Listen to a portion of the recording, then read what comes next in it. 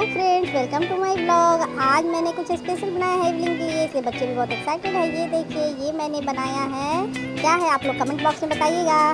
मुझे तो ये पता है, बट आपको भी पता होगा। ये मोमोज ही है। हाँ, ये मोमोज है, फ्राइड मोमोज। ये देखिए, इसे चटनी में डिप करके खाने में जो मज़ा आता है ना, लेकिन घर के बने हुए मोमोज इतने टेस्टी और यम्मी लगते हैं, सुपर। आप लोगों को भी पसंद है ना, तो लाइक कीजिएगा जरूर। ये देखिए, बच्चे कितने खुश हैं।